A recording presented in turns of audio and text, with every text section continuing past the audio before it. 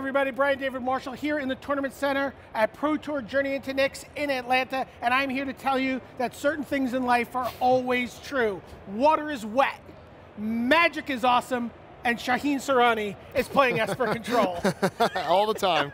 I can't help it. It's in the blood, you know? It's something that you're born with. So you're tackling this block constructed format. You're thinking about what you want to do. You're testing. What's going through your mind as far as what deck you're going to play and what you need to accomplish? Number one, you got to find a win condition. You can't have a deck without a good win condition. And looking at the, obviously you're in a block, so you have less options than you would in standard. But there's one Sphinx out there that rules them all. One thing that is just unkillable in this format, and that's Prognostic Sphinx. And it kind of has the Aetherling feel of standard. So you have to play a card, you have to build a deck around a win condition. Other removal spells will always be there, card draw will be there, counter magic will be there, but you have to have a solid win condition.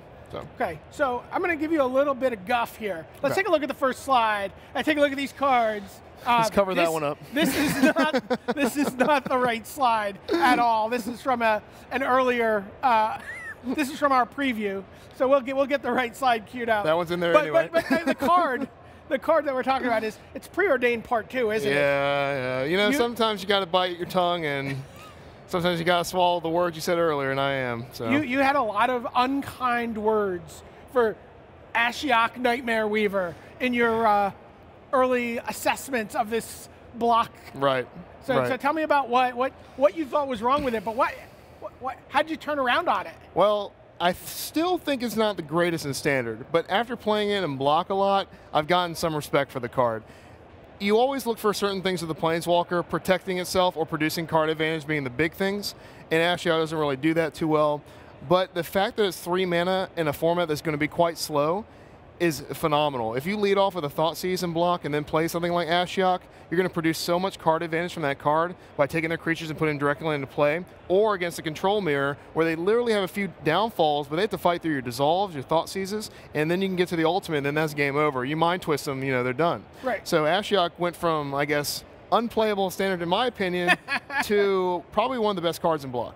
Okay, and four of them in the deck, and you already mentioned Thoughtseize. So while this may not have the traditional requirement of being able to protect itself, right, Thoughtseize sort of is its bodyguard for you. Exactly. Thoughtseize, just a great card. Right when I saw it printed, I'm like, this is going to be a card that's going to be the most played forever, right? It's going to be cards playable in Legacy, right? Exactly, and I play it in Legacy still to this day. So I think it's a phenomenal card, obviously, on its own. A lot of people aren't playing because they're afraid of the aggro decks, and here's my opinion on that. It's that I'm going to lose the aggro decks game 1 anyway. You're going to play a turn 1 at Krone Crusader, you're just dead anyway. So you might as well play the card that's good against everything else. Against the Carried decks, the Ramp decks, is great against them. The Control Mirror, obviously, is phenomenal. And like you said, if you play that turn 1, then play an Ashiok turn 3 after peeling their answer from their hand, it's going to run wild. It's going to do a lot of good stuff. Okay, and then you've already mentioned this is your win condition, the Prognostic Sphinx, 4 of this in the deck. I mean, this is really kind of like, I know some people have talked a little bit in standard, Mike Flores, but in block, this is really how it's like. This is kind of its debutante ball. Exactly. This is the dream win condition in a format without Supreme Verdict. In a format without Wrath of God, this card is better than Aetherling in ways because you just kill everything in its path, then you keep swinging, keep killing stuff, and you're able to scry the advantage on the top. And you don't have to worry about their verdicts or your own. I think Mike's right. It's a great card even in standard, but the problem is you want to play it in decks with Supreme Verdict, and that just doesn't go well together. Sure, and Scry 3 is... It's pretty good. It's hard to even quantify how good it is. Almost Vampire Tutor every turn. Yeah. Almost. It's close. It's almost better than draw a card. Yeah, it's close. It's close. And I think you're right. I think, I don't know how many scries it takes to get to an actual card, but I mean, when you're even board and scrying 3, it's better than drawing a card. I think so too. And I watched game states where you had 2 Sphinxes in play, and you're like, scry 3, put 1 on top of 2. Yeah. Scry 3, oh no, put that one down. I got better ones. Yeah, it's wild. It's a fun card. and what's really nice about this is it's the 3 power means it dodges Elspeth. Yep. Right, which is like kind of the only mass removal that we're seeing a lot of in this format. Let's take a look at the next slide, and there we see 1 Elspeth Sun's Champion. Just one. So you're not blue-black. You are playing some white cards. Yep. We've got an Elspeth Sun's Champion. We've got a Deicide. We threw 4 Divination in there because you love a slow card draw. Not that slow. Well, I mean, you're right. It's like you can't play this blue-black. So of course you see the white cards here. Elspeth is more one of those fifth win condition is number 5, Prognostic Sphinx. It dies all the time. If you're playing Esper, your Elspeths die a lot. If you're playing like the green-white decks that can actually put out there, Naya that can have distractors earlier, you're fine. But this will eat the hero's downfall. They just simply don't have enough targets otherwise. So that's the reason why I don't really like banking on this card. If their hero's downfalling in Ashiok early in the turns, then you can actually play around with that. Tapping out for 6 mana and then getting downfalled is pretty rough. And then they get to use their worthless Bile Blights. Have you scried it away at all with your yes, Prognostic Sphinx? I have scried it away before. It's just not necessary when you're clicking with 2 Sphinxes. It's an unnecessary card. Okay, so now you were telling me beforehand, Deicide is almost really more than Elspeth. The reason you're in white, you'd be blue-black control, but for Deicide. Right. I had blue-black the entire time in testing and playing, and I was actually just going to play blue-black control, but I can't beat Whip of Erebos. There's cards like Courser of Krufix that are really, really good against Bile Blight, and you can't really just waste your downfalls that early. So this is a card that's really not dead against anything except for my deck. Okay.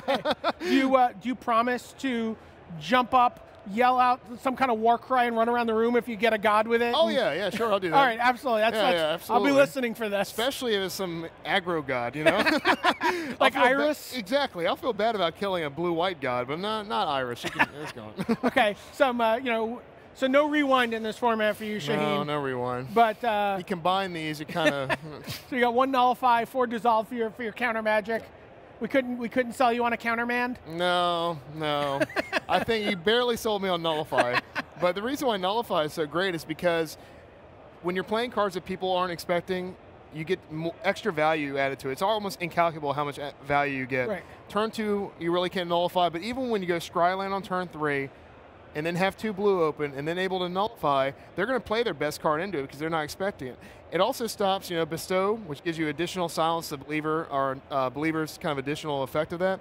So it's almost like the 5th Dissolve, because the only thing that really beats you are creatures. The spells don't really beat you. It's Whip of Erebos, which is the Deicide 4, and Nullify will stop the creatures in the early game that beat you.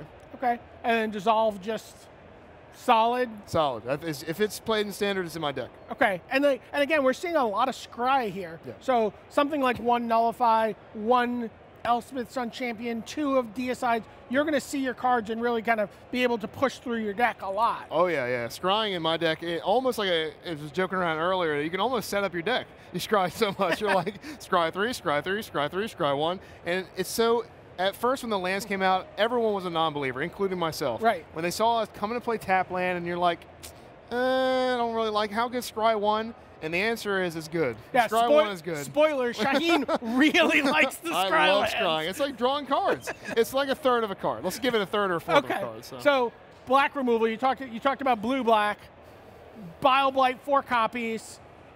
So this is really for the aggro decks? Right. And it's my least favorite card in the deck, but it's an absolute necessary evil. You can't come without packing some heat for the early game. You have to be able to kill the early creatures. It doesn't really do much against anything later in the game. It does, however, have side effect splash damage against Elspeth, which is the perfect thing. Oh, you can't clear their tokens. Exactly. So yeah, you can do one of these numbers, and then you can Bile Blight those tokens, get them out of there. So it allows you to at least use them against something. It's not a dead card in a lot of matchups, but it's definitely a C+ in a lot of matchups. Okay, but it's a necessary evil for you, but just because there's Chrome Crusaders out there. Exactly. Like I'm probably gonna lose game 1 already, but if I don't have that, I don't stand a prayer. Like there's just nothing. Okay. Heroes Downfall, obviously just great planeswalkers and creatures. The card I'm really excited to find out more about is Silence the Believers. What a great name for a card. Really just graphic art. I love it. It's great. This is one of the sweetest arts. It's the name. You want to say Silence the Non-Believers, but it's definitely one of these cards that came out, and all my friends on Facebook kind of shot me messages like, can't play Guild anymore. This is just much better than Guild in like almost every way. It's just such a sweet card. The flavor is great.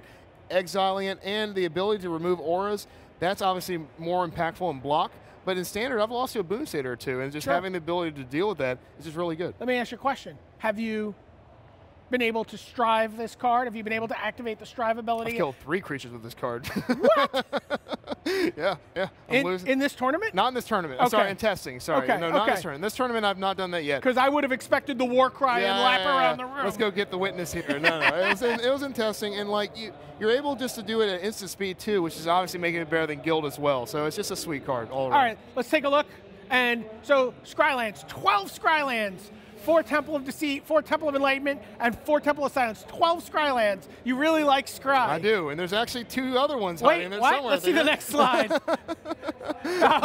Wait, you've got off-color Scries now? So I love scrying. okay. Scrying's fun. So and it's 14 Scrylands. Yeah, yeah. It kind of reminds me of 5-color Cruel Control back in the day. Sure. Sure, your lands kind of play tapped, but these are almost like you keep a hand like with this in a swamp, you can keep that kind of hand needing blue, because even though this should be a swamp, it allows you to dig to that island. Sure. So it's almost like an additional way to prevent mulliganing, which is important in my deck because, again, I'm 1-for-1ing all day with removal spells, so having the ability to keep kind of loosey hands with Scrylands are good. 6 swamps, 5 islands, and real quick, let's just take a look at the sideboard. It's 2 slides. We see Dark Betrayal, more Nullifies. Siren of the Silent Song is a surprising card. I saw you side this in the Esper Mirror, and your opponent was just flummoxed by it. Flabbergasted. Yeah. You board out the removal spells, and then you see a creature, it just takes you off guard. And then last card, Hythonia the Cruel. Pretty exciting appearance by Hythonia. Wrath of God. Psychic Intrusion, Drown in Sorrow, and Pharika's Cure. Right. You've got some work to do. I'm going to let you get back out onto the floor for Shaheen Soorani. I'm Brian David Marshall, sending it back to the news desk.